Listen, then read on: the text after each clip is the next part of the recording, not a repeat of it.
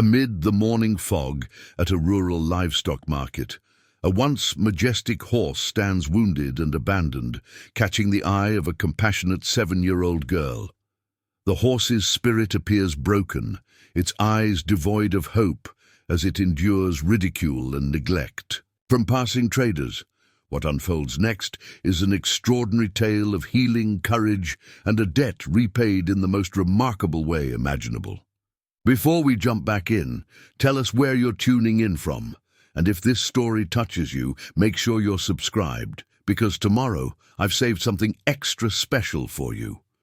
On a crisp autumn morning, 7-year-old Sarah Matthews wandered through the bustling Somerset County Livestock Market alongside her parents, her bright green eyes taking in the sights and sounds of the busy trading day. Unlike other children who might be drawn to the colourful produce stalls or the sweet smell of freshly baked goods, Sarah's attention was captured by the livestock section, where her heart always went out to the animals waiting to be sold.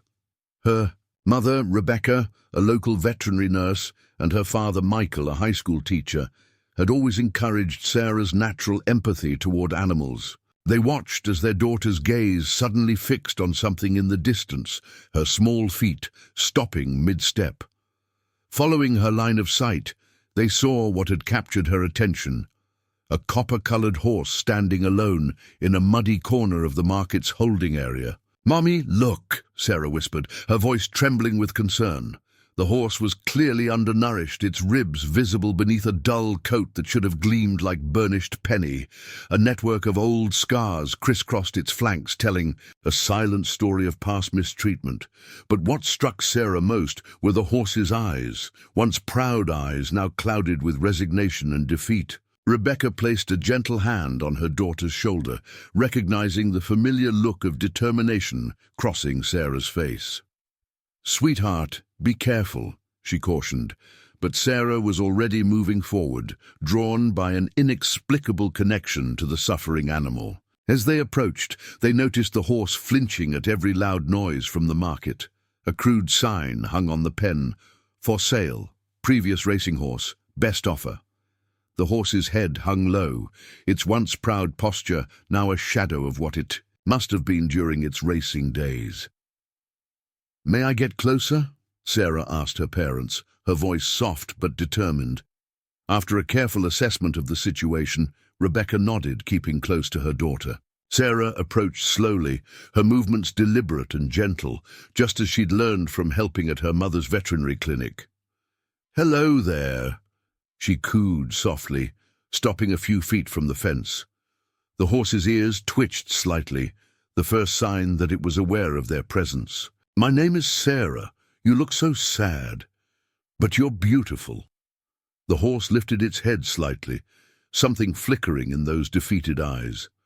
A gruff voice suddenly cut through the moment. "Interested in the nag, are you?" A weathered-looking man approached, wiping his hands on a dirty rag. "Used to be a champion jumper, this one. Hurricane's Pride, they called him. Now he's just taking up space. Can't even get him to approach the jump posts anymore. Useless, if you ask me." Sarah's heart clenched at the man's harsh words. She watched as the horse seemed to shrink further into itself, as if understanding every cruel syllable. Without hesitation, she turned to the man, her young voice steady despite her racing heart. "What happened to him?" The trader shrugged dismissively. "Previous owner ran him too hard, too fast. When he stopped winning, they stopped caring. Been passed around since then. Nobody wants a broken racehorse." He spat on the ground, making the horse flinch again. "Waste of good feed, if you ask me." Sarah turned back to the horse, tears welling in her eyes. She reached out toward the fence, her small hand extended in an offer of friendship. To everyone's surprise, the horse took a tentative step forward, its nostrils flaring as it caught her scent. Another step, then another, until its soft muzzle was inches from Sarah's hand. "He just needs someone to love him again," Sarah whispered, her fingers gently making contact with the horse's velvet nose. The connection was instant and electric. Something passed between the small girl and the massive animal that made both Rebecca and Michael exchange knowing glances. "How much?" Rebecca asked the trader, already reaching for her phone to make some calls. She knew that look in her daughter's eyes, the same look she'd had herself as a young girl when she'd found her calling working with animals. Some connections couldn't be ignored, and some moments changed lives forever. The trader named his price, surprisingly low for what had once been a champion jumper. As Rebecca began negotiations, Sarah stayed by the fence, talking softly to the horse, telling him about their home, about the small paddock behind their house, about all the love and care she would give him if only she could take him home. What Sarah didn't know then was that this moment, this simple act of kindness toward a broken spirit, would set in motion a chain of events that would not only transform the horse's life, but would also lead to one of the most extraordinary demonstrations of animal gratitude ever witnessed in their small community. Over the next several days, Sarah couldn't stop thinking about the horse from the market. She spent hours researching everything she could about rehabilitating former racehorses, filling a notebook with careful notes written in her childish handwriting. Her parents watched as she pored over books about horse care, rehabilitation techniques, and building trust with traumatized animals. Rebecca and Michael had serious discussions late into the night after Sarah went to bed. They knew taking on a traumatized former racehorse would be a massive commitment. The paddock behind their house would need significant work to become suitable for a horse, and the financial responsibilities would be considerable. But they couldn't ignore the profound connection they'd witnessed at the market.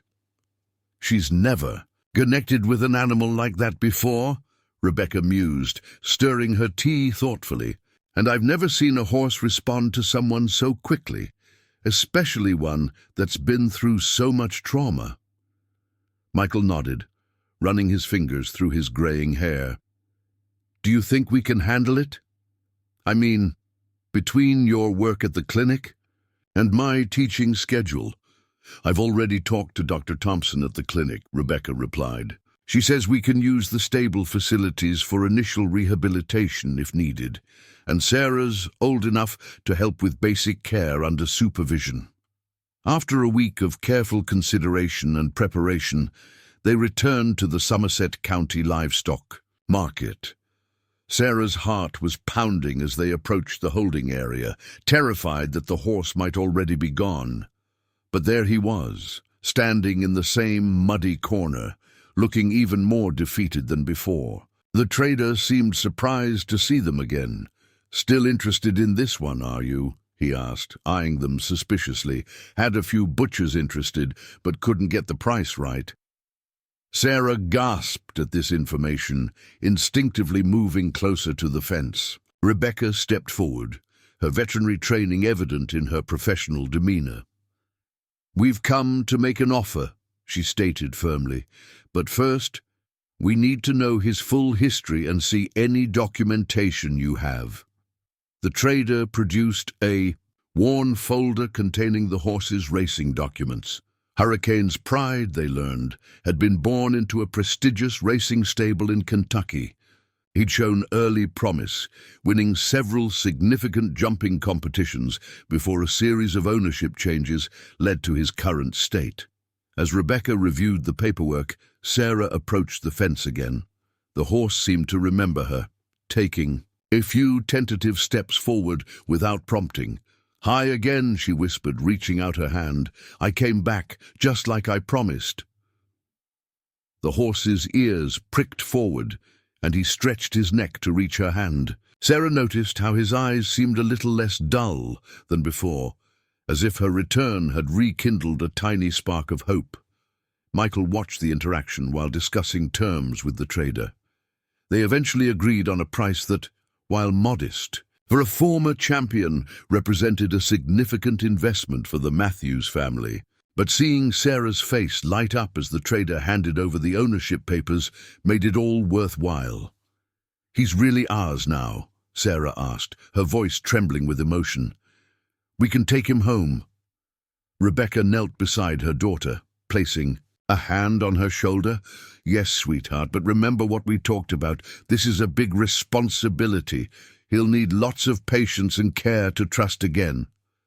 Sarah nodded solemnly. "I know, Mummy. I'll do everything I can to help him feel safe and loved again." She turned back to the horse, who was watching their interaction intently. "We need to give you a new name," she said thoughtfully. "Hurricane's pride doesn't fit you anymore. You need a name for your new life." After a moment's consideration, her face lit up. "Phoenix," she declared, "because you're going to rise again, better than ever." The newly named Phoenix seemed to respond to his new name, lifting his head slightly higher as Sarah repeated it softly. It was a small gesture, but to those watching, it felt like the first step in what would be a remarkable journey of rehabilitation and trust. As they prepared to transport Phoenix to his new home, Sarah noticed tears in her mother's eyes. "What's wrong, Mummy?" she asked, concerned.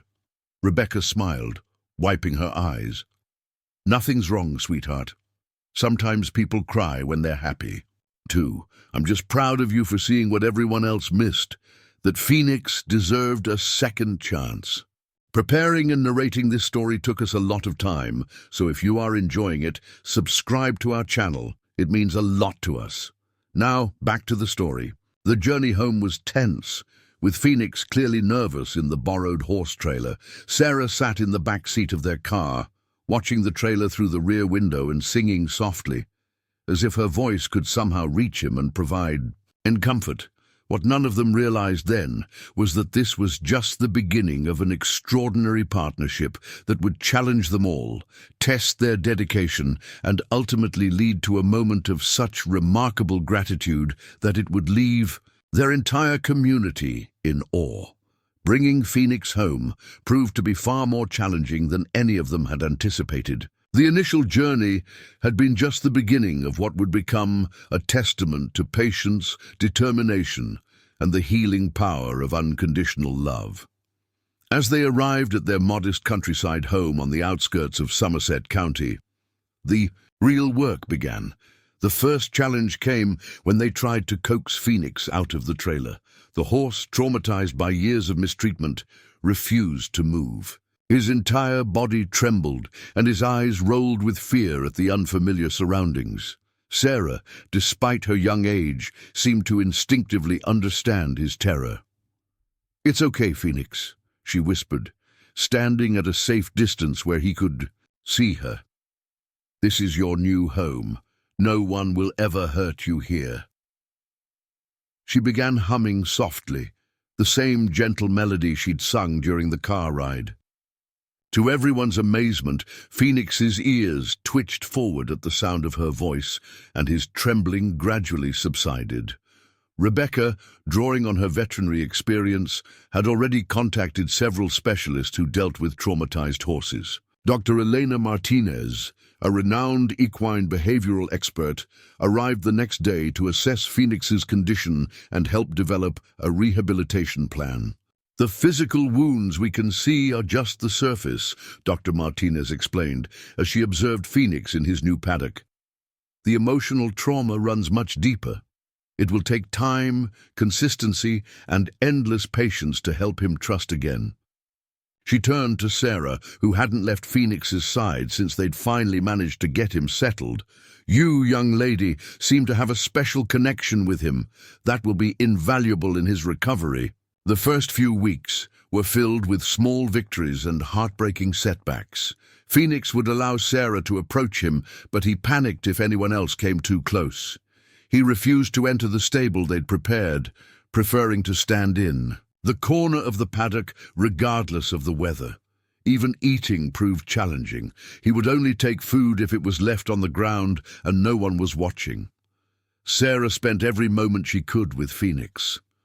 She would sit near the paddock, fence after school, doing her homework and talking to him about her day. She read books aloud, shared secrets, and simply kept him company. Gradually, almost imperceptibly, Phoenix began to show signs of improvement. "Look, Mummy!"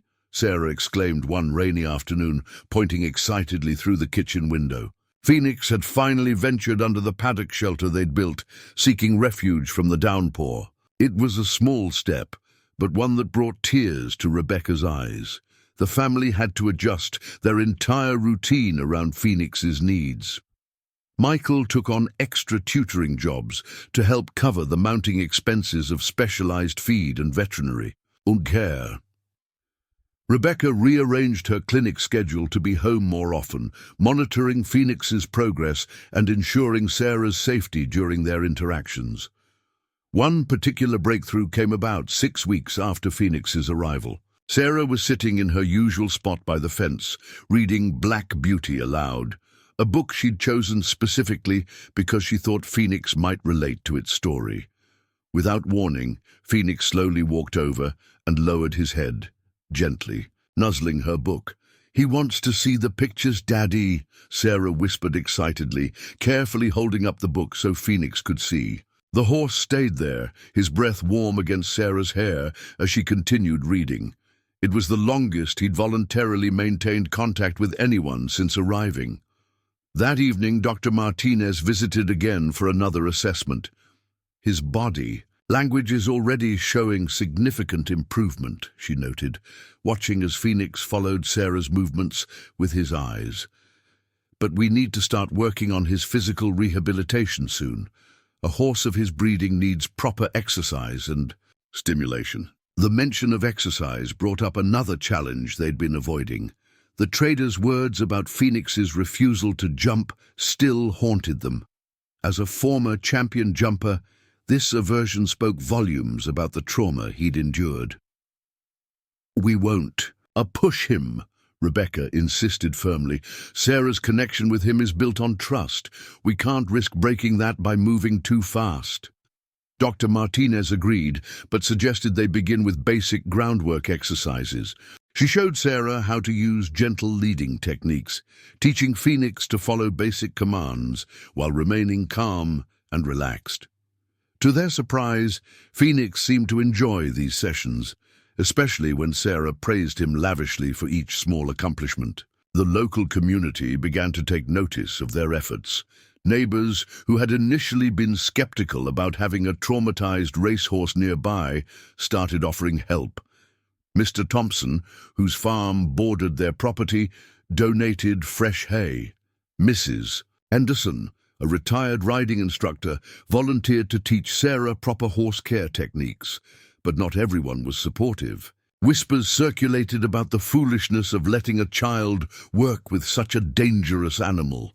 Some suggested that Phoenix was too far gone to be rehabilitated, that he should have been sent to the slaughterhouse as originally intended.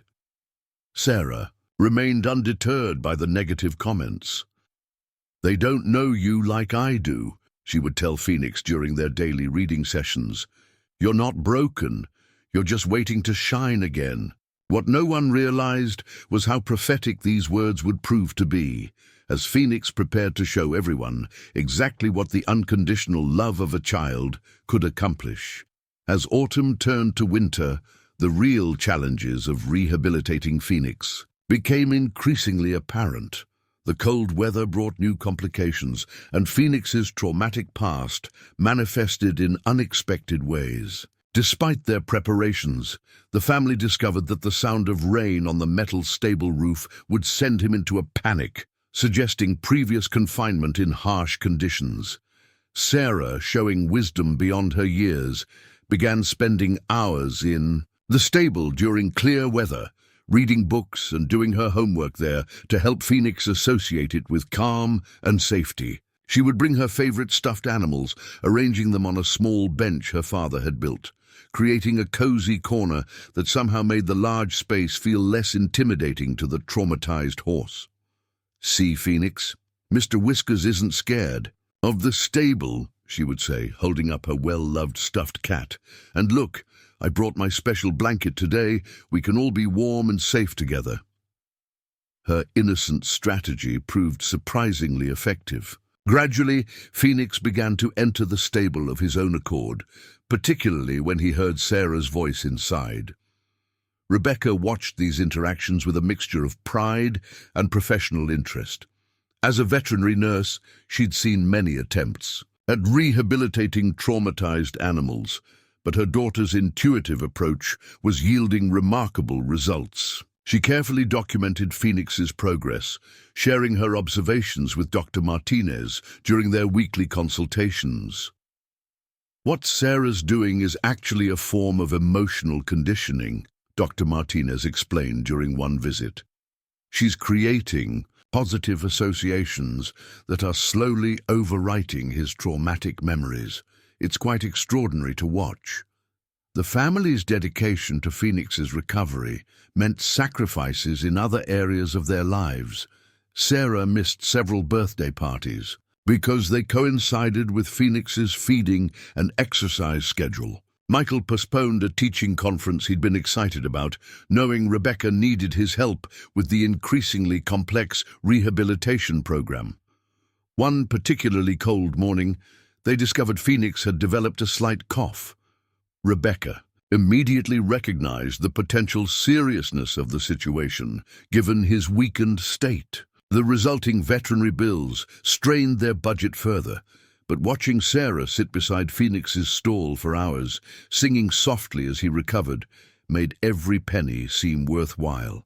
The local riding community continued to divide into two camps: those who supported the Matthews family's efforts and those who thought they were being foolishly sentimental. The criticism grew louder when people learned about the mounting expenses of Phoenix's care. "You could have bought a perfectly good, healthy horse for what you've spent on that broken-down nag," one particularly vocal neighbor commented during a chance encounter at the local feed store. Sarah, who had accompanied her mother on the supply run, lifted her chin defiantly. "Phoenix isn't broken," she declared, her voice unwavering. "He's healing. There's a difference." Her words, spoken with such conviction, left the neighbor speechless and caused several other customers to hide their smiles behind their hands. As winter progressed, they began noticing subtle but significant changes in Phoenix's behavior. He started nickering softly when he heard Sarah's school bus approaching in the afternoons. He developed a particular fondness for the apples Mr. Thompson would bring from his orchard, learning to take them gently from an outstretched hand rather than waiting for them to be left on the ground. Most significantly, Phoenix began showing interest in the children's jumping course Michael had quietly been constructing at the far end of the paddock. He hadn't built it for immediate use, it was more of a hope for the future. But Phoenix would often stand watching as Michael worked on it, his ears pricked forward with what looked remarkably like curiosity. "Do you think he remembers?" Sarah asked one evening as they watched Phoenix investigate the low poles Michael had arranged on the ground. "About being a champion jumper, I mean?" "I think some part of him does," Rebecca answered thoughtfully. "Those memories are in there somewhere, along with all his knowledge and training. We just have to help him feel safe enough to access them again." Their breakthrough came unexpectedly one sunny afternoon. Sarah was walking Phoenix around the paddock on his lead rope, practicing the gentle exercises Dr. Martinez had taught them, when he suddenly diverted from their usual path. With Sarah still holding the rope, he walked directly to one of the ground poles, sniffed it carefully, and then, to everyone's amazement, deliberately stepped over it. The entire family held their breath, watching as Phoenix continued forward, stepping over each subsequent pole with growing confidence. Sarah, recognizing the magnitude of the moment, maintained her calm demeanor even as tears of joy rolled down her cheeks. "Good boy, Phoenix," she whispered, her voice thick with emotion. "You're so brave. You're so brave." That evening, as Sarah helped groom Phoenix before dinner, no one mentioned his interaction with the poles. They all understood that pushing too hard or showing too much excitement might undo the delicate progress they'd made. But there was a new energy in the air, a sense of possibility that hadn't been there before. What they didn't realize was that this small step forward was about to lead to an even more remarkable development, one that would not only change Phoenix's life, but would also give him the opportunity to repay Sarah's kindness in a way none of them could have anticipated. Spring arrived early that year, bringing with it a renewed sense of hope and possibility. Phoenix's progress, while still gradual, had become more consistent. The most remarkable change was in his eyes. The dull, defeated look had been replaced by a growing spark of interest in the world around him. He now held his head higher, his ears constantly moving to track Sarah's voice whenever she was nearby. Dr. Martinez's latest evaluation had been overwhelmingly positive. "His muscle tone is improving significantly," she noted, watching Phoenix trot alongside Sarah in the paddock. "And more importantly, his stress responses are much more normalized. He's starting to remember who he was meant to be." The family had settled into a comfortable routine with Phoenix's care. Sarah would wake up early every morning to help with his feeding before school. In the afternoons, she'd spend at least an hour working with him, practicing their groundwork, exercises and reading aloud from whatever book she was currently enjoying. Phoenix had developed a particular fondness for adventure stories, seeming to pay special attention whenever Sarah's voice grew excited during dramatic passages. Rebecca had started documenting Phoenix's rehabilitation process more formally, hoping their experience might help other families working with traumatized horses.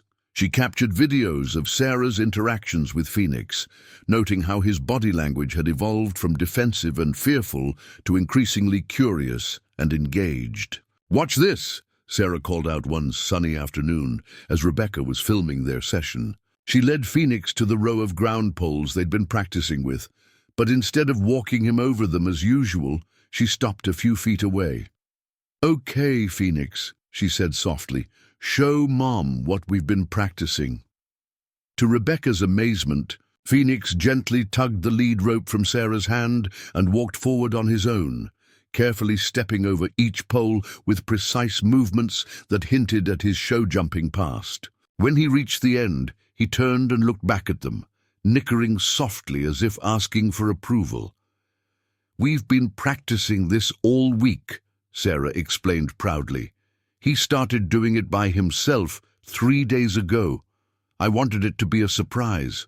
The voluntary interaction with the poles marked a significant milestone in Phoenix's recovery, but it also raised new questions. Dr. Martinez suggested it might be time to consider more structured exercise, possibly even beginning some basic jumping training if Phoenix showed interest. "The key is to let him set the pace," she emphasized during a family consultation. "He's showing signs of wanting to return to his former activities, but any pressure could trigger a setback. Sarah's intuitive approach has worked wonderfully so far. We should continue following his cues." Michael spent his weekends adjusting the practice course, creating various configurations of ground poles and very low crossbars. He carefully observed which setups seemed to interest Phoenix most, noting how the horse would often pause to study. The arrangements during his daily walks with Sarah, the local riding community's attitude had shifted significantly as news of Phoenix's progress spread. Those who had been skeptical began stopping by to watch Sarah's sessions with him, amazed by the transformation in the once broken horse. Even Mr. Harrison, the most vocal critic of their rehabilitation effort, had to admit that Phoenix was showing remarkable improvement. "Mind you," he added gruffly, trying to maintain some of his previous position, "it's still a long way from ground poles to proper jumping. Don't go getting your hopes up too high." Sarah just smiled at such comments, secure in her unwavering faith in Phoenix. "He'll jump when he's ready," she would say with quiet confidence, "and if he never wants to jump again, that's okay too. We love him either way." One particularly beautiful spring morning, Sarah was leading Phoenix through their usual routine, when something unexpected caught everyone's attention. A rabbit, startled by a passing car, burst from the hedgerow and darted across the paddock. Phoenix's head shot up, his ears forward, every muscle suddenly alert. But instead of spooking, as they might have expected months ago, he watched the rabbit with keen interest. The rabbit, confused by the fence line, began zigzagging across the paddock.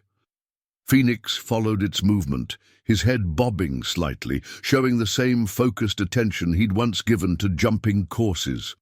When the rabbit finally found its way out through a gap in the hedge, Phoenix turned to look at Sarah, something new flickering in his eyes. "Did you see that, sweetie?" Rebecca called from where she'd been watching.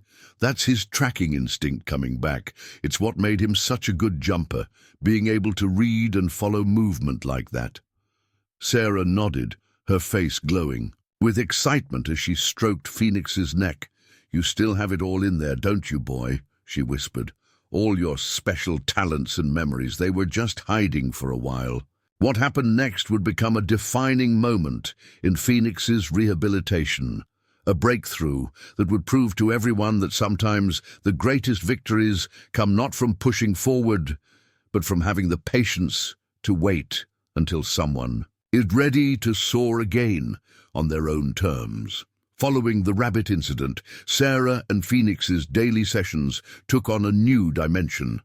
With Dr. Martinez's guidance, they began incorporating more dynamic elements into their groundwork exercises. They would change directions unexpectedly, vary their pace, and weave between markers set up in the paddock. Phoenix responded with increasing enthusiasm, seeming to enjoy the mental and physical challenges.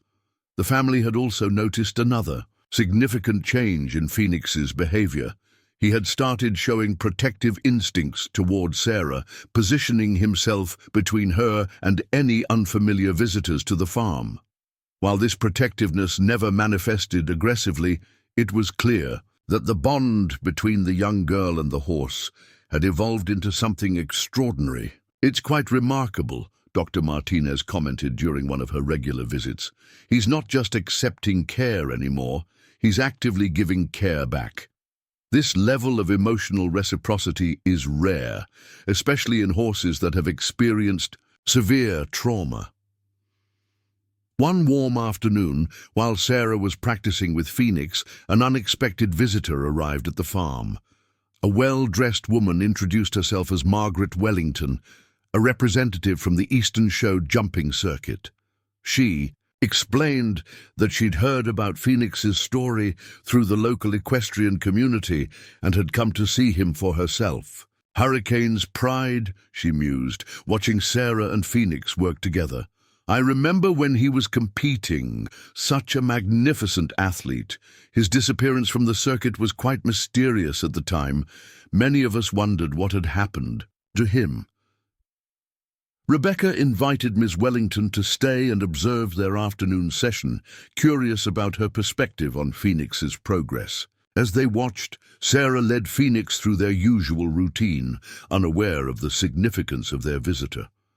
"Your daughter has a natural gift," Miss Wellington remarked quietly. "The way she reads his body language, adjusts her energy to match. These aren't things that can be taught. They come from a deep understanding and connection." The session progressed smoothly until a truck backfired on the nearby road. In the past, such sudden noises would have sent Phoenix into a panic. This time, though, while he did startle, his first instinct was to move closer to Sarah, as if checking that she was okay. "Remarkable," Miss Wellington breathed. "The trust there is absolute, both ways." After the session, over tea in the kitchen, Miss Wellington shared more about her purpose in visiting. The Eastern Show jumping circuit was organizing a special exhibition event focused on rescued and rehabilitated horses. The event was meant to raise awareness about horse welfare and showcase the potential for rehabilitation. "We would be very interested in having Phoenix participate," she explained, "not necessarily for jumping, although that would be wonderful, but to share his story. His journey could inspire others to give rescued horses a chance." The family listened carefully, their reactions mixed. Michael voiced concerns about putting too much pressure on Phoenix's recovery. Rebecca worried about the stress of a public event. Sarah, however, sat quietly thinking. "Could I help tell his story?" she finally asked. "People need to understand that horses like Phoenix aren't broken. They just need someone to believe in them." Miss Wellington smiled warmly. "My dear, you and Phoenix would be telling the story together. Your partnership is as much a part of this journey as his recovery." The family agreed to consider the invitation, making it clear that any participation would depend entirely on Phoenix's continued progress and comfort level.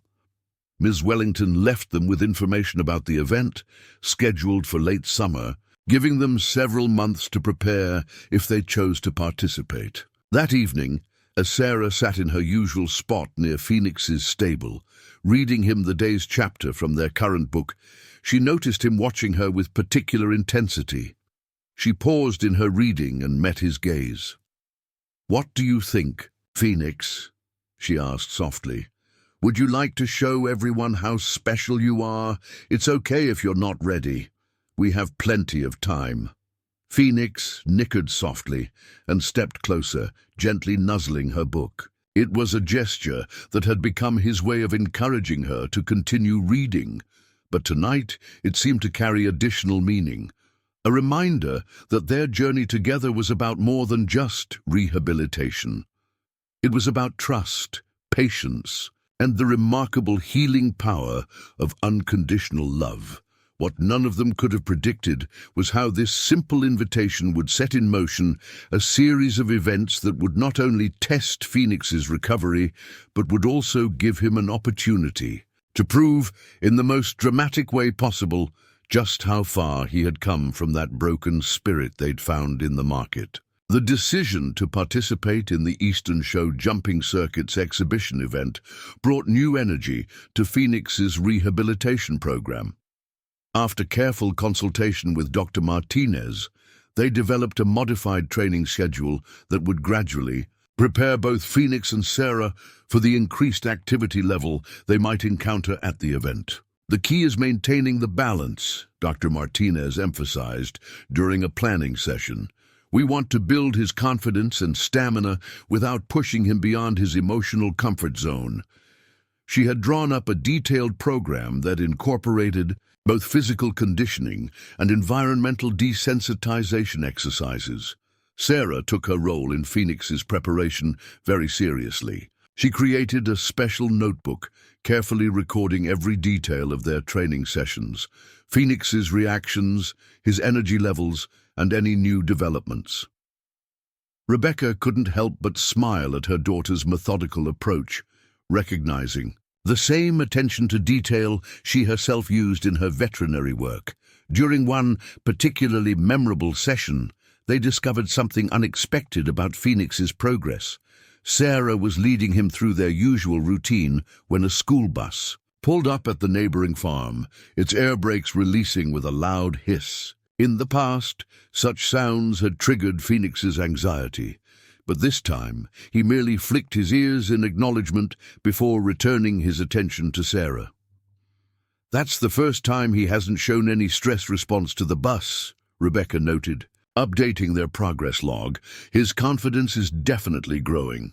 The family had also begun introducing Phoenix to more varied environments, carefully orchestrating short trips to different areas of their property.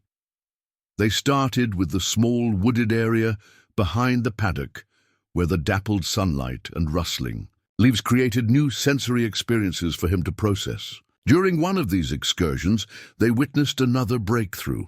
Sarah had been leading Phoenix along their newly established trail when they encountered a fallen log across the path. Before anyone could suggest turning back, Phoenix surprised them all by calmly stepping over the obstacle, lifting his feet with the precise, measured movement of his show-jumping days.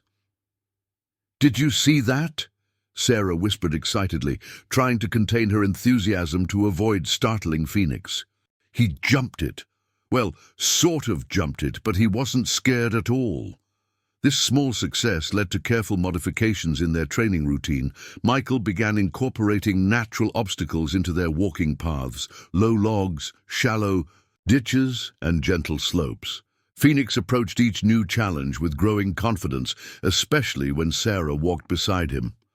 Ms. Wellington visited again to check on their progress, bringing with her some videos of previous exhibition events so the family could better understand what to expect. As they watched the footage together in their living room, Phoenix's ears could be heard pricking up at the familiar sounds of show environments coming from the television.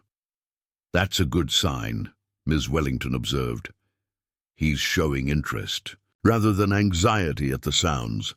Many rehabilitated horses take years to reach this point, if they ever do." The local community's support continued to grow as news of Phoenix's invited participation in the exhibition spread. Mr. Thompson expanded his regular apple deliveries to include carrots and other treats. Mrs. Anderson, the retired riding instructor, began sharing valuable insights about show preparation and arena etiquette with Sarah. Even Mr. Harrison, their once vocal critic, had become something of an ally. He helped Michael reinforce the paddock fencing and offered the use of his horse trailer for practice loading and unloading sessions, an essential skill for any horse attending public events. One afternoon, while Sarah was reading to Phoenix in their usual spot, she noticed him watching the jumping poles with particular interest. Following his gaze, she saw a butterfly had landed on one of the crossbars, its wings catching the sunlight. "Would you like to go closer?" she asked softly, marking their place in the book. Phoenix's response was to step forward gently, drawing Sarah with him toward the practice area. They had spent weeks walking around these obstacles, but had never directly approached them during their reading sessions.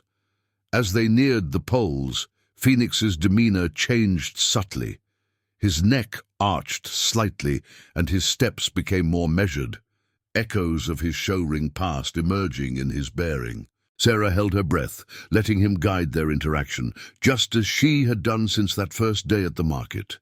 What happened next would become another milestone in their journey, a moment that would prove to everyone that Phoenix wasn't just recovering. He was rediscovering himself.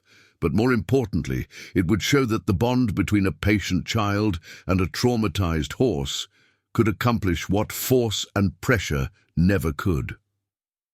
The butterfly took flight as they approached, dancing over the crossbars in an erratic pattern. Phoenix tracked its movement, his ears forward, his body tense with a new kind of energy, not the nervous tension of his early days, but something more purposeful, more athletic. It was a glimpse of the champion he had once been, emerging, not through force or pressure, but through the gentle persistence of love and trust. The butterfly incident marked a turning point in Phoenix's rehabilitation. Over the next few weeks, he began showing increasing interest in the jumping equipment during his daily sessions with Sarah. The family watched in amazement as the former champion would occasionally detour from their walking route to inspect the poles and crossbars, his demeanor shifting noticeably when near them. Dr. Martinez advised them to proceed with extreme caution despite these encouraging signs.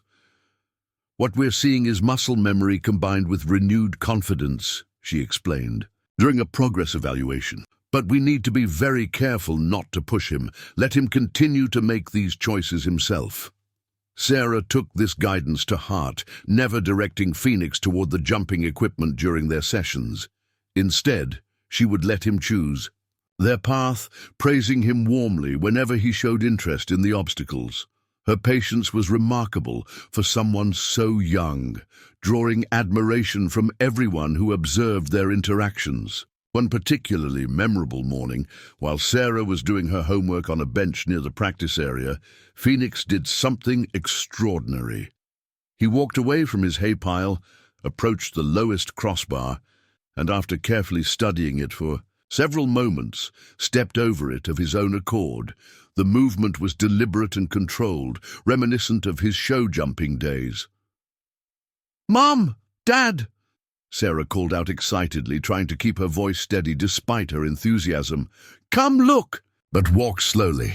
Rebecca and Michael emerged from the house just in time to see Phoenix approaching another crossbar. The horse paused, assessed the obstacle, then stepped over it with the same precise movement. His ears were forward, his expression alert, but calm.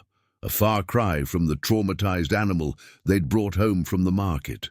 "Should I record this?" Michael whispered, reaching for his phone. Rebecca nodded, already filming with her own device. "Dr. Martinez will want to see this. It's completely voluntary behavior, no pressure, no prompting." As they watched, Phoenix continued to move through the practice area at his own pace, stepping over several more poles and crossbars. Each successful navigation seemed to boost his confidence further. When he finally returned to Sarah's side, she wrapped her arms around his neck in a gentle hug. "You're amazing," she whispered against his neck. "You're the bravest horse in the whole world." The videos of Phoenix's self-directed jumping practice caused quite a stir when shared with their support team. Dr. Martinez was particularly impressed by the quality of his movement and his calm demeanor throughout the exercise. "This is exactly what we hope to see," she said, reviewing the footage. "He's not just remembering the physical aspects of jumping, he's approaching it with a healthy mindset. No fear, no anxiety, just natural, athletic curiosity." Ms. Wellington, when shown the videos during her next visit, was equally enthusiastic. "This is remarkable progress," she observed. "Many rehabilitated horses never regain this level of confidence around jumping equipment. Whatever you're doing, it's working beautifully." The family's preparation for the upcoming exhibition event took on new energy following this development.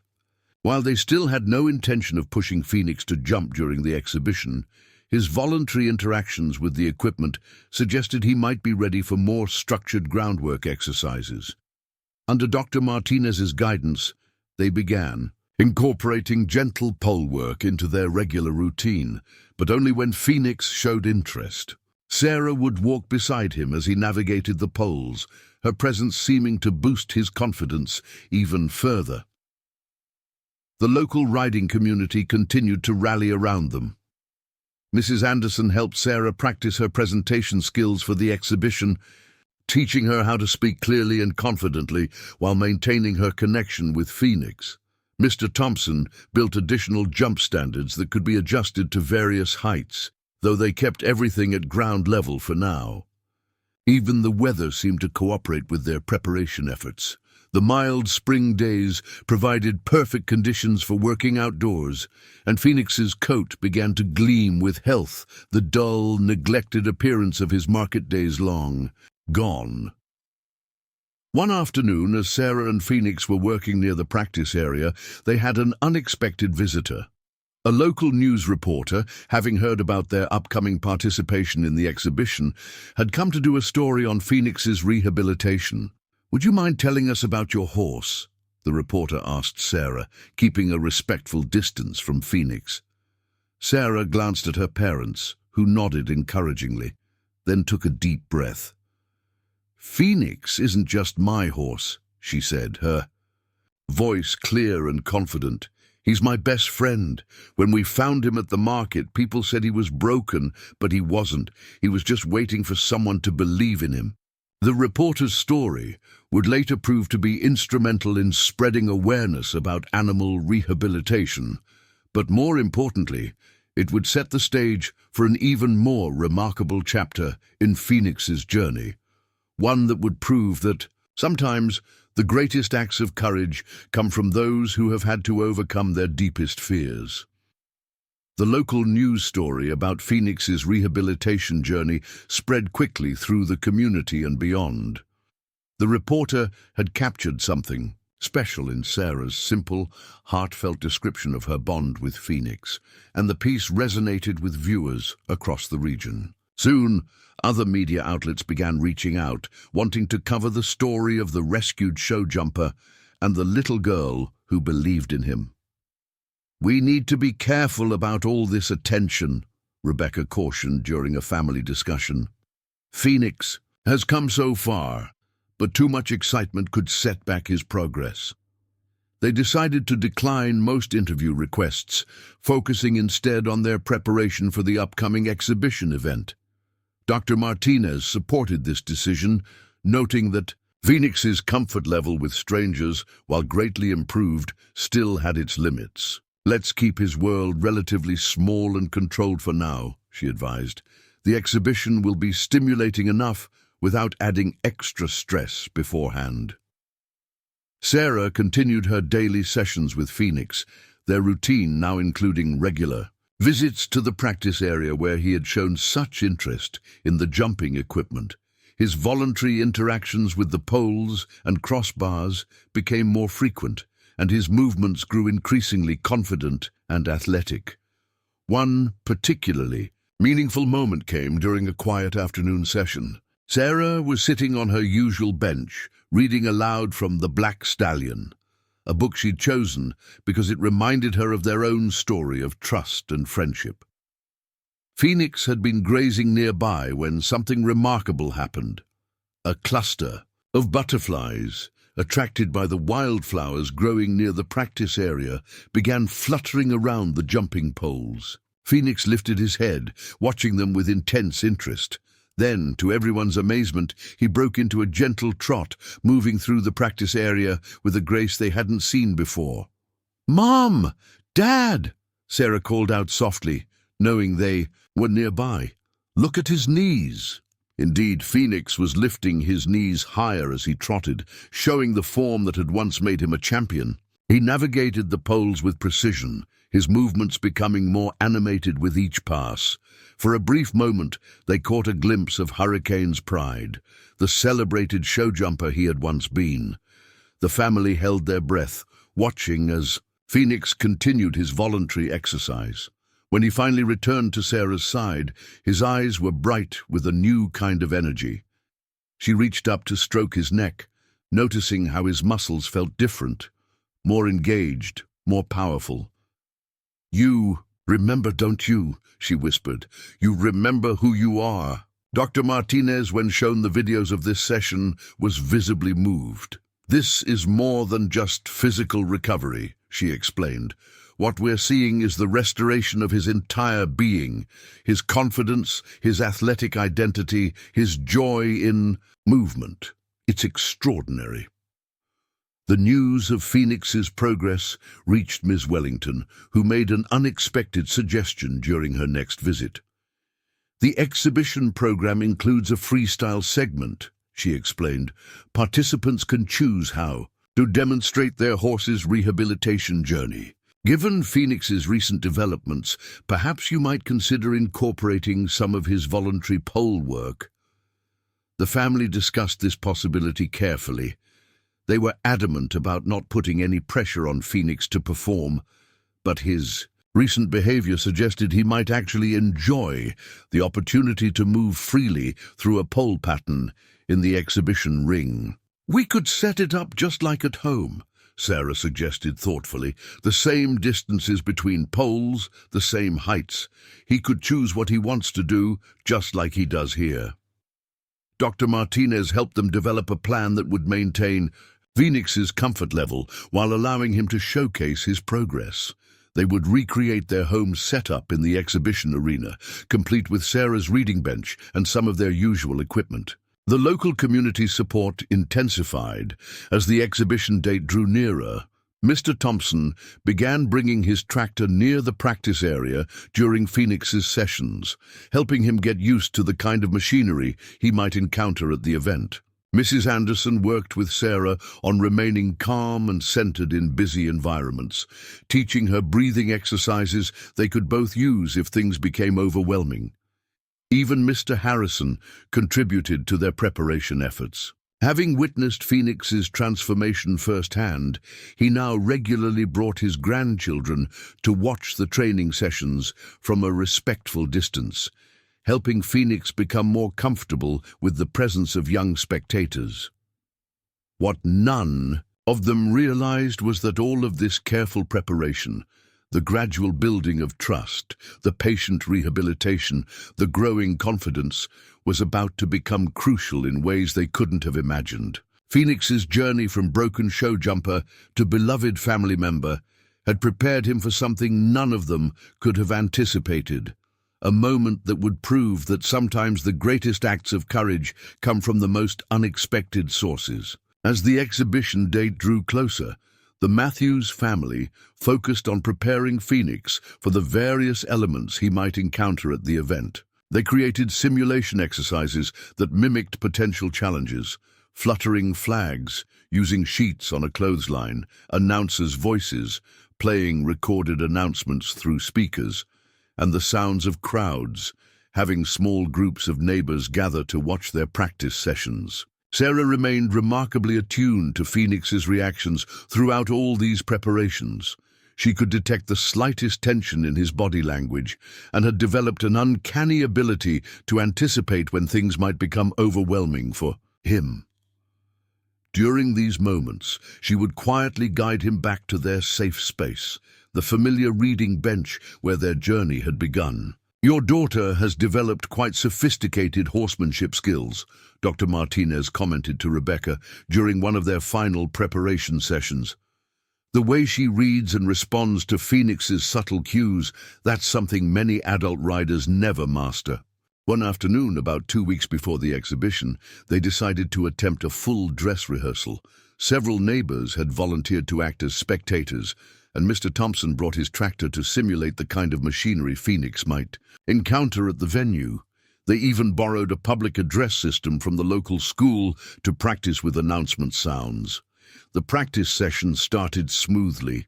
Phoenix seemed calm as Sarah led him through their planned routine, paying special attention to how he responded to the various environmental challenges they had set up. His confidence had grown tremendously. He no longer startled at sudden movements or loud noises, instead looking to Sarah for reassurance if anything concerned him. However, halfway through their rehearsal, something unexpected happened. A delivery truck backfired loudly on the nearby road, causing several cars to alarm simultaneously. The sudden cacophony of noise was far more intense than anything they had planned for in their simulation. Everyone held their breath, expecting Phoenix to show signs of distress, but instead of spooking, he quickly positioned himself between Sarah and the source of the noise, his ears forward, his posture protective rather than fearful. It was yet another sign of how far he had come, from a traumatized animal needing protection to a confident partner offering protection of his own. "That's exactly what we needed to see," Dr. Martinez said, making notes in her ever-present notebook. His instinct wasn't to flee, but to ensure Sarah's safety. That's a profound demonstration of their bond and his emotional recovery. The incident led to modifications in their preparation strategy. They began incorporating more unexpected elements into their practice sessions, always being careful to maintain a safe environment but wanting to help Phoenix build resilience to surprises. Sarah remained his constant anchor throughout these challenges, her quiet confidence seeming to flow through the lead rope to steady him. Ms. Wellington visited one final time before the exhibition, bringing more detailed information about the event schedule and layout. She watched one of their practice sessions with obvious emotion. "I've been involved in horse rehabilitation for over 20 years, she said afterward, but I've rarely seen anything quite like this. The trust between them is extraordinary." The family's preparation extended beyond just Phoenix and Sarah. Michael spent evenings studying the exhibition venue's layout, planning the best routes from the parking area to the warm-up ring, identifying quiet spots where Phoenix could retreat if he needed a break. Rebecca packed and repacked their equipment, ensuring they had everything they might need, from Sarah's special brush for Phoenix to her lucky hair ribbons. One evening, as Sarah sat with Phoenix during their usual reading time, she noticed him, watching the sunset with unusual intensity. The golden light caught his coat, highlighting how much his physical condition had improved since those first days at the market. His once dull coat now gleamed, his muscles were well-defined, and he carried himself with dignity. "You're going to show everyone How special you are, she whispered to him, running her hand along his neck. But you already show me every day. What Sarah didn't know was that fate had plans to test their bond in ways none of them could have anticipated. The exhibition would indeed prove to be a defining moment in their journey together, but not for the reasons they expected. Phoenix was about to demonstrate that sometimes the greatest achievements aren't the ones we plan for, but rather the ones that arise from the depth of trust and love, built through countless small moments of faith and patience. The weekend before, the exhibition arrived with a mix of excitement and nervous energy. The family spent Saturday morning doing final equipment checks and running through their preparation checklist one last time.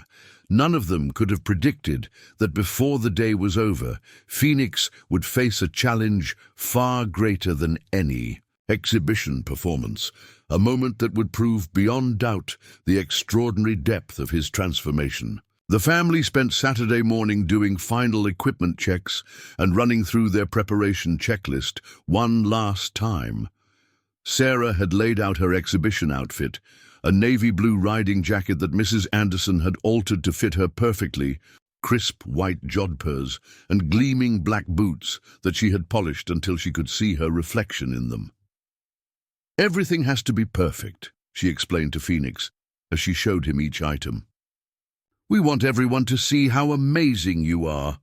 Phoenix nuzzled the jacket gently, leaving a small mark that made Sarah giggle. Okay, maybe not too perfect. Rebecca and Michael had their own preparations to manage. They'd coordinated with other local families who planned to attend the exhibition, organizing a small support group that would help create a familiar presence in the crowd. Mr. Thompson had volunteered to drive his horse trailer, giving Phoenix the comfort of traveling in a familiar vehicle with people he knew and trusted. Dr. Martinez arrived for one final assessment, bringing with her a detailed schedule for the morning of the exhibition. Remember, she emphasized, the goal isn't perfection. The goal is to show how far Phoenix has come in his journey of trust and healing. As the family worked through their final preparations, several neighbors stopped by with good luck wishes and small tokens of support. Mrs. Anderson brought a specially made ribbon for Phoenix's mane, embroidered with his name. Mr. Harrison, who had become one of their strongest advocates, delivered a hand-carved wooden plaque for Sarah's room, featuring Phoenix's silhouette. To remind you of this special time, he said gruffly, trying to hide his emotion, no matter what happens at the exhibition. The atmosphere around the farm hummed with anticipation as Saturday afternoon wore on. Phoenix seemed to sense the significance of the moment, standing alertly in his paddock, watching the increased activity with interest rather than anxiety. Another sign of how far he'd come from the traumatized horse they'd first brought home. None of them could have predicted that before the day was over, Phoenix would face a challenge far greater than any exhibition performance, a moment that would prove beyond doubt the extraordinary depth of his transformation and the unshakable bond he had formed with the little girl who had never stopped believing in him. As the sun began to set on that final practice day, casting long shadows across the paddock, Sarah sat with Phoenix for their usual evening reading session. The book she'd chosen seemed particularly appropriate, a story about a horse who discovered his own courage through the love of a child. What they didn't know was that very soon their own story would eclipse anything found in the pages of Sarah's books in a way that would leave their entire community in awe of the power of patience, trust, and unconditional love.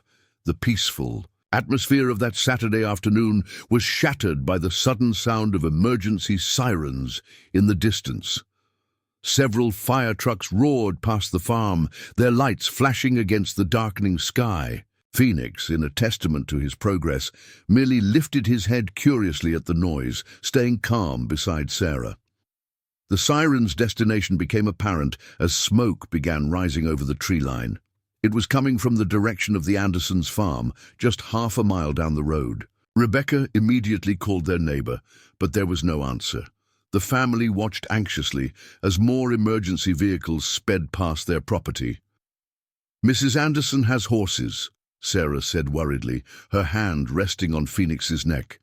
The retired riding instructor kept 3 elderly horses in her barn, beloved animals she had used throughout her teaching career. The thought of them in danger made Sarah's heart clench. Michael was already heading toward their truck. "I'm going to see if they need any help," he called back. Rebecca nodded, putting an arm around Sarah's shoulders as they watched him drive. Away! The smoke was getting thicker, and they could now see the orange glow of flames against the darkening sky. Within minutes, Michael returned, his expression grave. "The Andersons' barn is on fire," he reported quickly. "The fire department is there, but they're having trouble getting the horses out. They're panicked, and the smoke is making it hard to reach them." Sarah's grip on Phoenix's halter tightened. She looked up at her mother, tears in her eyes. "Mom!" "Phoenix knows those horses. They've been grazing in the pasture next to him for months. Maybe he could help." Rebecca hesitated, looking between her daughter, the horse, and the ominous glow in the distance. Phoenix had come so far in his rehabilitation, but this would be an enormous test of his newfound confidence. The chaos of a fire scene could easily trigger his past traumas. But as they stood there deliberating, Phoenix's behavior caught their attention. He was standing alertly, his ears pricked toward the fire, pulling gently but insistently at his lead rope in that direction. It was nothing like his old nervous behavior. This was different, purposeful. Dr. Martinez, who had stayed to observe their final preparation session, spoke up. "His body language is clear and calm," she noted. "He's showing interest, not fear. If you decide to help, now would be the time." Rebecca made a quick decision. They quickly loaded Phoenix into their small trailer, with Sarah sitting in the back with him, speaking softly and keeping him calm. The short drive to the Andersons' farm seemed to take forever, but Phoenix remained steady, his attention focused forward, as if he understood the gravity of the situation. When they arrived, the scene was chaotic. The barn's roof was partially engulfed in flames, and thick smoke poured from the windows. Firefighters were battling the blaze while simultaneously trying to reach the trapped horses, but the elderly animals were too frightened to move toward the unfamiliar rescuers. Mrs. Anderson stood nearby, being comforted by neighbors, watching helplessly as the firefighters tried to save her beloved horses. When she saw Phoenix arriving, her eyes widened with understanding. "The horses know him," she said, hope creeping into her voice. "They see him over the fence every day." The fire chief, hearing this, quickly conferred with Dr. Martinez about the possibility of using Phoenix to help calm the trapped horses. After a rapid assessment of the situation and Phoenix's demeanor, they formulated a plan. Sarah's heart was pounding as they prepared Phoenix for what would be the ultimate test of his rehabilitation. They fitted him with a special lead rope, and Michael stood ready with a wet blanket to protect him from sparks. The fire department had cleared a path to the barn door, keeping the flames at bay with their hoses. What happened next would become legendary in their small community, a moment that would prove that sometimes the deepest healing comes through helping others. Phoenix, the once broken horse who had been saved by the love of a little girl, was about to attempt something that would demonstrate just how complete his transformation had become. Sarah's voice trembled slightly as she asked Phoenix if he was ready. His response was to stand calmly, ears forward, waiting for her signal, a far cry from the traumatized animal they had found at the market. As they prepared to approach the burning barn, no one could have predicted exactly how Phoenix would react, or that his actions in the next few minutes would become a story of courage that would be told and retold for years to come. The real test of Phoenix's extraordinary journey from broken showjumper to beloved family member was about to begin. Not in the exhibition ring as they had planned, but in a moment of crisis where his newfound strength and courage would be needed most. With flames illuminating the darkening sky and smoke thick in the air, Phoenix and Sarah approached the burning barn. Firefighters maintained their defensive positions, their hoses creating a protective corridor of water. The heat was intense, and the crackling of the fire mixed with the distant whinnies of the terrified horses trapped inside. "Easy, Phoenix," Sarah whispered, her small hand steady on the lead rope. "We can do this together."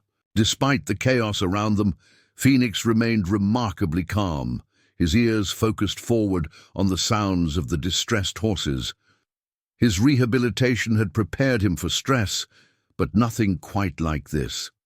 Dr. Martinez watched intently from a safe distance, amazed at Phoenix's composure. The horse that had once trembled at the sight of jumping poles was now walking deliberately toward a burning building. His transformation was even more remarkable than they had realized. As they reached the barn entrance, Sarah and Phoenix could hear the panicked movements of the trapped horses inside. Mrs. Anderson's 3 elderly horses, Maple, Starlight, and Winston, were huddled at the far end of the barn, refusing to move toward the strange firefighters in their intimidating gear. "Let Phoenix take the lead now, Sarah," Dr. Martinez called out. "He knows what to do." The words had barely left her mouth when Phoenix gave a low, gentle nicker. A sound they had never heard from him before. It was answered immediately by the horses inside. Phoenix stepped forward confidently, guiding Sarah rather than being led. At the barn entrance, he stopped and nickered again. Longer this time, more insistent. The sounds of panic from inside began to subside, replaced by curious whinnies of recognition. Through the smoke, they could see movement. Maple, the oldest of Mrs. Anderson's horses, had taken a few steps toward the entrance, drawn by Phoenix's familiar presence.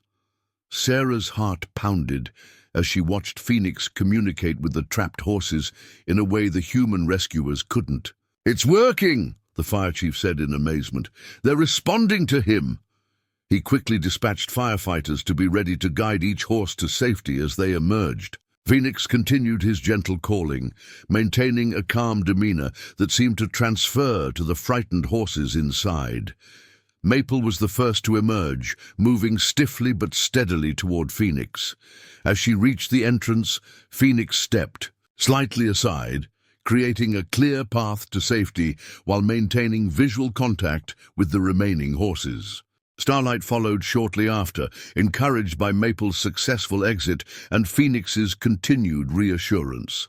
The firefighters efficiently guided each horse to the waiting trailers, where veterinarians stood ready to check them for smoke inhalation and other injuries. But Winston, the most timid of the 3, remained inside. The fire was intensifying, and the firefighters were growing increasingly concerned about the barn's structural integrity. They could hear Winston's frightened movements, but he still wouldn't approach the entrance. Without warning, Phoenix did something extraordinary. He took several steps into the barn itself, despite the heat and smoke. Sarah, still holding the lead rope, found herself being gently but firmly pulled forward. Dr. Martinez started to call out in concern, but stopped when she saw Phoenix's body language. He was completely focused, absolutely certain of his purpose. Inside the barn, through the haze of smoke, Phoenix approached Winston with the same quiet confidence he had shown throughout the rescue. He positioned himself beside the frightened horse, creating a barrier between Winston and the scariest part of the fire. Then, slowly but surely, Phoenix began walking toward the exit, giving Winston the option to follow in his safe shadow. The gathered crowd held their breath as Phoenix emerged from the smoke, Winston following close behind him. The moment they cleared the barn entrance, a section of the roof collapsed behind them, sending sparks flying into the night sky. Sarah threw her arms around Phoenix's neck, not caring about the smoke that clung to his coat. Mrs. Anderson was openly weeping as she watched her beloved horses being tended to by the veterinarians. All three had suffered some smoke inhalation, but had no serious burns, thanks to the timely rescue. "You're Phoenix," she said to Sarah, her voice thick with emotion. "He's not just rehabilitated, he's become a hero."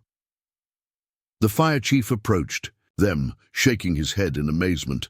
"In all my years of service, I've never seen anything like this. That horse has more courage than some firefighters I know." He reached out to pat Phoenix's neck, and for the first time, Phoenix accepted the touch of a stranger without hesitation.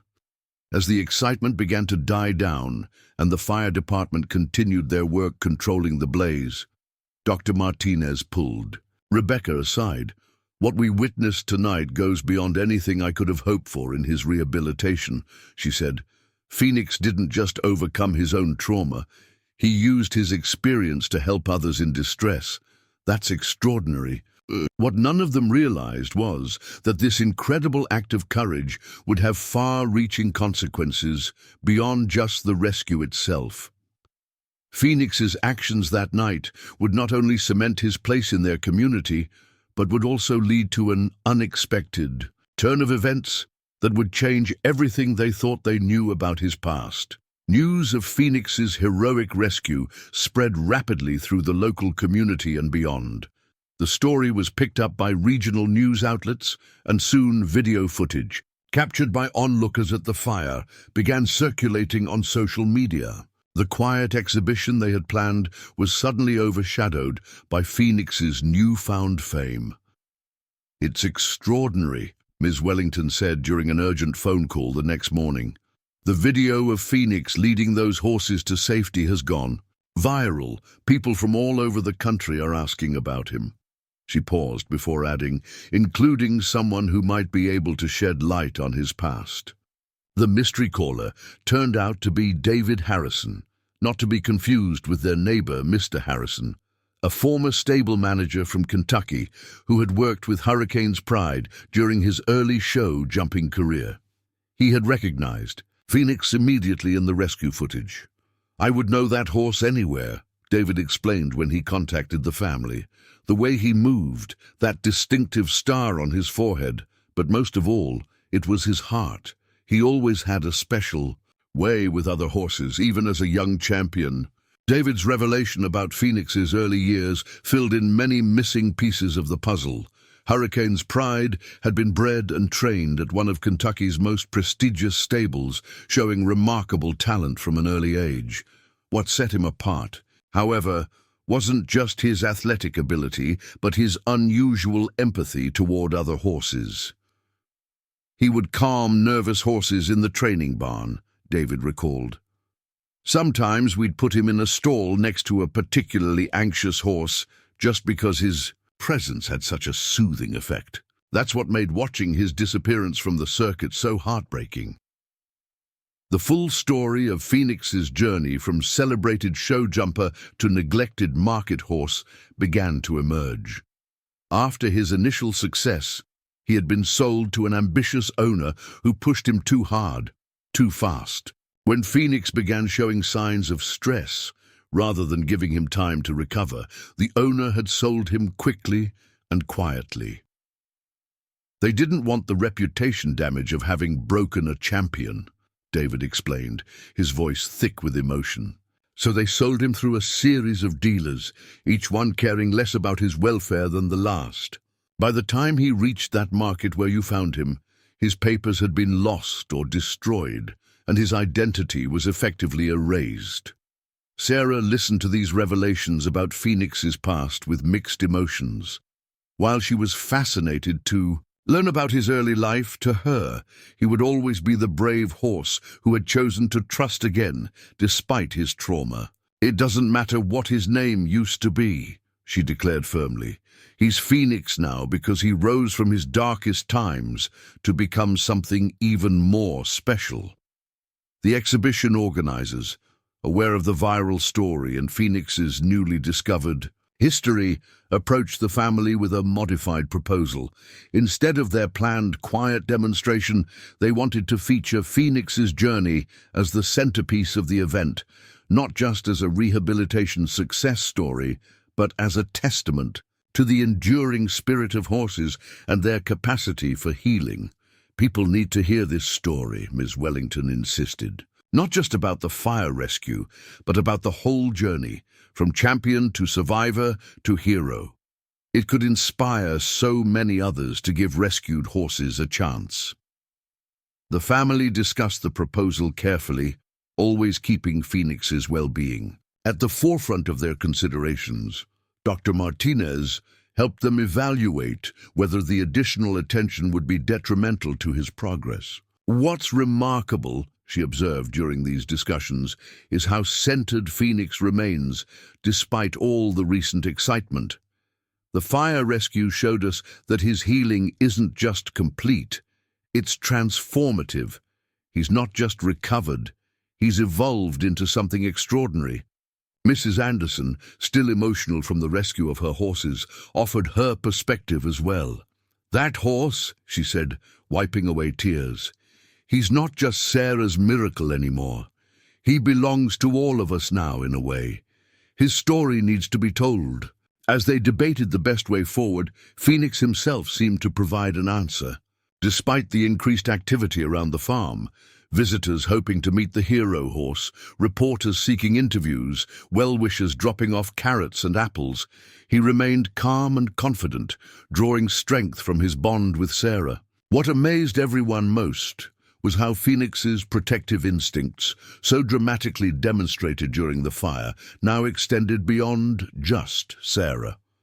He showed genuine interest in visitors, particularly children, as if understanding that his story could help others. The family finally agreed to participate in the modified exhibition program, but with strict conditions to ensure Phoenix's comfort.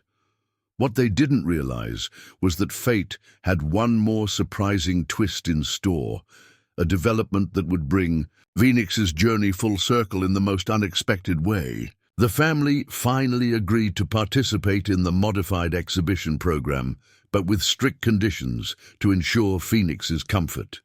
They worked closely with Ms. Wellington to design a presentation that would tell Phoenix's complete story while keeping him at ease.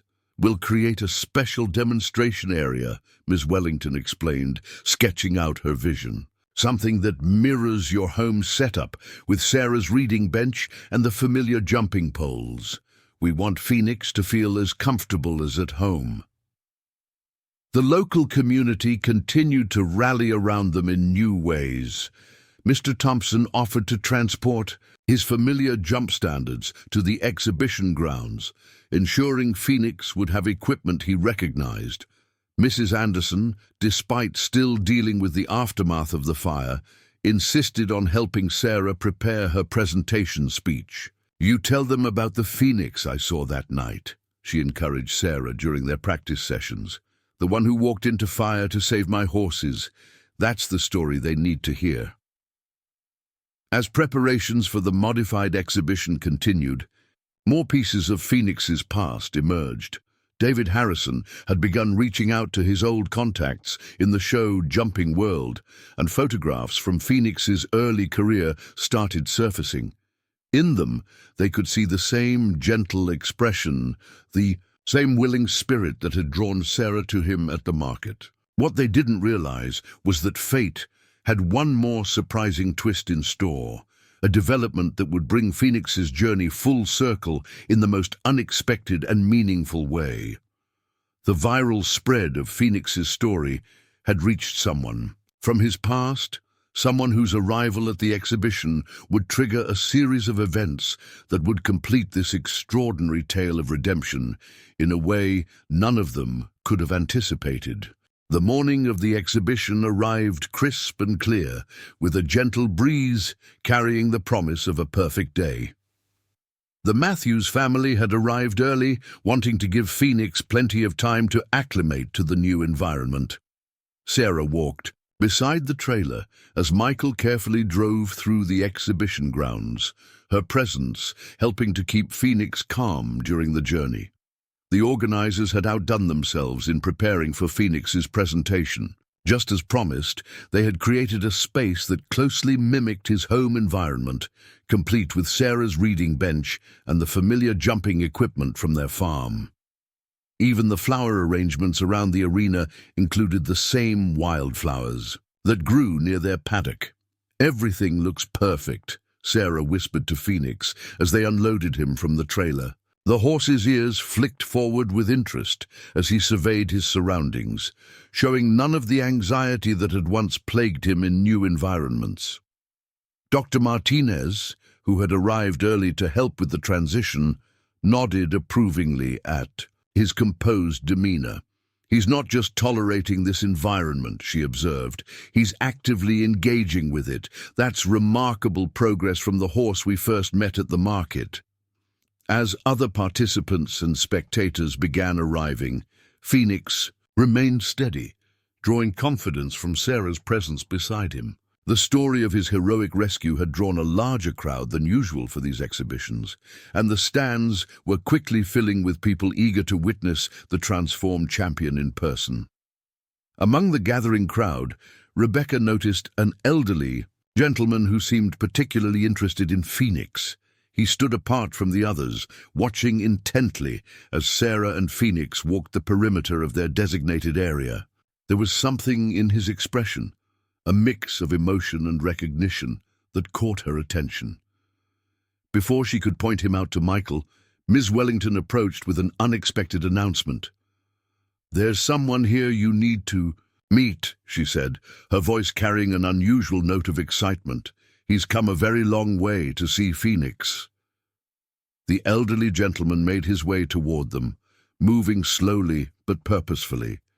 As he drew closer, they could see tears in his eyes. "I knew him the moment I saw that rescue video," he said, his voice thick with emotion. "I'd know those eyes anywhere." He introduced himself as Thomas McCready, and his connection to Phoenix's story left them all speechless. He had been the head trainer at the Kentucky stable where Hurricane's Pride was born and first trained.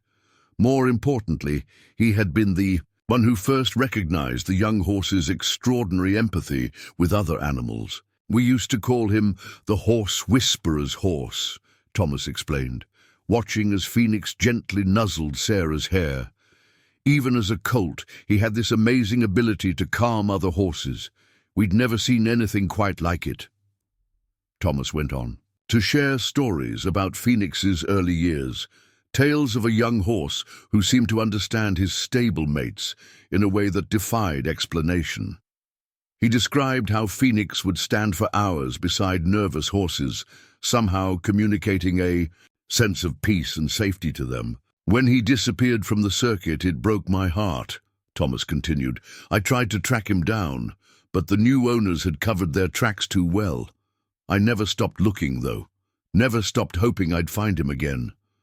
Sarah listened intently to Thomas's stories, her hand resting on Phoenix's neck. "He's still like that," she said softly. "He always knows when other horses are scared or need help. That's why he ran into the fire. He knew those horses needed him." Thomas knelt down to Sarah's level, his eyes bright with unshed tears. "You know, young lady, in all my years of training horses, I've never seen a partnership quite like what you two have. You didn't just save him, you gave him the chance to become who he was always meant to be."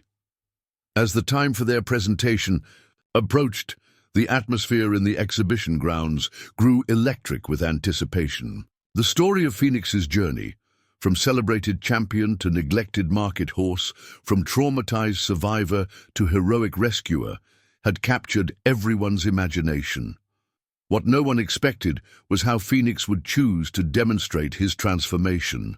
The exhibition organizers had planned a simple presentation focusing on his rehabilitation journey, but Phoenix had other ideas. His actions in the exhibition ring would leave the audience speechless and provide a final, powerful testimony to the healing power of love and trust. As Sarah prepared to enter the ring with Phoenix, Thomas offered one last piece of information, a revelation that would add yet another layer of meaning to their incredible journey together. The champion circle was about to witness something extraordinary, a moment that would prove that sometimes the greatest victories happen long after the ribbons have been awarded. As Sarah prepared to enter the ring with Phoenix, Thomas offered one last piece of information that left them all astounded. "There's something else you should know about Phoenix's early days," he said, his voice trembling slightly. "Something that makes this moment even more special." He reached into his worn leather jacket and pulled out a faded photograph. It showed a much younger Thomas standing beside a small girl about Sarah's age with Phoenix, then Hurricane's Pride, as a young horse beside them. "This was my daughter, Grace," he explained. "She had a special connection with him, just like you do, Sarah. She was the only one who could really reach him in those early days." The resemblance between Sarah and the girl in the photograph was striking. The same gentle determination in their eyes, the same natural way with horses. "Grace passed away before she could see him become a champion," Thomas continued softly. "But she always said he was meant for something more important than just winning ribbons. Watching him save those horses from the fire, seeing him with you now, I finally understand what she meant." The revelation added another layer of emotion to an already powerful moment. As the announcement called for them to enter the ring, Sarah felt the weight of not just Phoenix's journey, but of all the lives he had touched along the way. Grace's spirit, Thomas's years of searching, the rescued horses from the fire, and her own unwavering belief in his ability to heal and love again. What no one expected was how Phoenix would choose to demonstrate his transformation. The exhibition organizers had planned a simple presentation focusing on his rehabilitation journey, but Phoenix had other ideas. His actions in the exhibition ring would leave the audience speechless and provide a final, powerful testimony to the healing power of love and trust. The champion's circle was about to witness something extraordinary, a moment that would prove that sometimes the greatest victories happen long after the ribbons have been awarded, and that true healing comes full circle in the most unexpected ways. As Sarah and Phoenix entered the exhibition ring together, a hush fell over the crowded stands. The morning sun cast a golden glow across the arena, highlighting Phoenix's gleaming coat, a far cry from the dull, neglected horse they'd found. At the market, Sarah, walking confidently beside him in her navy blue jacket, seemed to glow with pride. Their presentation began just as they'd planned, with Sarah leading Phoenix to the familiar reading bench they'd brought from home. She began telling their story, her clear young voice carrying across the silent arena. She spoke of finding him at the market, of the long journey of rehabilitation, and of the night he became a hero. Thomas McCready watched from the front row, tears streaming openly down his weathered cheeks as Sarah described Phoenix's incredible rescue of Mrs. Anderson's horses. Around him, the audience sat spellbound, many wiping away their own tears as they listened to the tale of trust and courage. But then, something remarkable happened, something entirely unplanned. As Sarah reached the part of the story about Phoenix's voluntary return to jumping, he suddenly lifted his head, his ears pricking forward with intense interest. The familiar poles and small jumps they'd set up around the arena seemed to call to him. Sarah, attuned as always to Phoenix's signals, paused in her narrative. She looked questioningly at her parents and Dr. Martinez, who nodded encouragingly. This was Phoenix's moment. They would follow his lead. With the gentlest pressure on the lead rope, Phoenix guided Sarah away from the reading bench and toward the practice area they'd created. The audience held their collective breath as the former champion approached the first small crossbar. Without hesitation, Phoenix gathered himself and sailed over it with the grace that had once made him a celebrated show jumper. "Look at his form," Thomas called out, his voice thick with emotion. "That's the Hurricane's Pride I remember." Phoenix continued around the arena, choosing his own path through the obstacles. Each jump was higher than the last, yet he cleared them all with increasing confidence. Sarah ran alongside him, her face radiant with joy, letting him choose their course while staying connected through the lead rope. Mrs. Anderson, watching from her wheelchair in the front row, clasped her, hands to her chest. "Just like the night of the fire," she whispered. "That same courage, that same trust." The exhibition organizers had planned for a simple demonstration of Phoenix's rehabilitation, but what they witnessed instead was a profound display of healing and partnership. Phoenix wasn't just jumping again. He was doing it on his own terms, sharing his joy with the little girl who had believed in him when everyone else had given up. As they completed their impromptu circuit of the arena, Phoenix did something that brought tears to even the most hardened observers. He trotted directly to Thomas Macready, stopping just in front of the elderly trainer. Thomas reached out a trembling hand, and Phoenix lowered his head to accept the gentle touch, bridging the years between past and present. "You see," Sarah said, her voice carrying in the hushed arena, "Phoenix was never really broken. He just needed someone to give him time to remember who he was." She reached up to stroke his neck, adding, "And sometimes who you are meant to. A bee is even better than who you were before." The standing ovation that followed lasted for several minutes, but more meaningful than the applause was the impact their story had on those watching. Several rescue organizations present at the exhibition reported a surge of interest in rehabilitating traumatized horses. Phoenix's journey had shown what was possible with patience, love, and unwavering faith. As they left the ring, Ms. Wellington approached them with tears in her eyes. "We had planned to give Phoenix a special award today," she said, "for his courage during the fire rescue. But he's given us all something far more valuable. He's shown us that there's no such thing as a lost cause." The day's events concluded with an unexpected announcement. Thomas Macready, in collaboration with the Eastern Show Jumping Circuit, was establishing the Phoenix Fund, a foundation dedicated to supporting the rehabilitation of traumatized horses and matching them with young riders who would give them the time and love they needed to heal. "Every horse deserves a Sarah," Thomas explained, "and every child deserves a Phoenix." As the Matthews family prepared to head home that evening, they watched Sarah and Phoenix sharing a quiet moment away from the crowds. The setting sun painted the sky in brilliant shades of orange and pink, a fitting backdrop to the end of their extraordinary journey. Phoenix had come full circle, from champion to survivor, from broken spirit to hero. But perhaps his greatest achievement wasn't in the ribbons he'd won, or even in the lives he'd saved, but in showing the world that sometimes the most profound healing comes through helping others heal. And Sarah, her arms wrapped around her beloved horse's neck, understood that their story wasn't really ending. It was just beginning a new chapter. Up next, you've got two more standout stories right on your screen. If this one hit the mark, you won't want to pass these up. Just click and check them out. And don't forget to subscribe and turn on the notification bell so you don't miss any upload from us.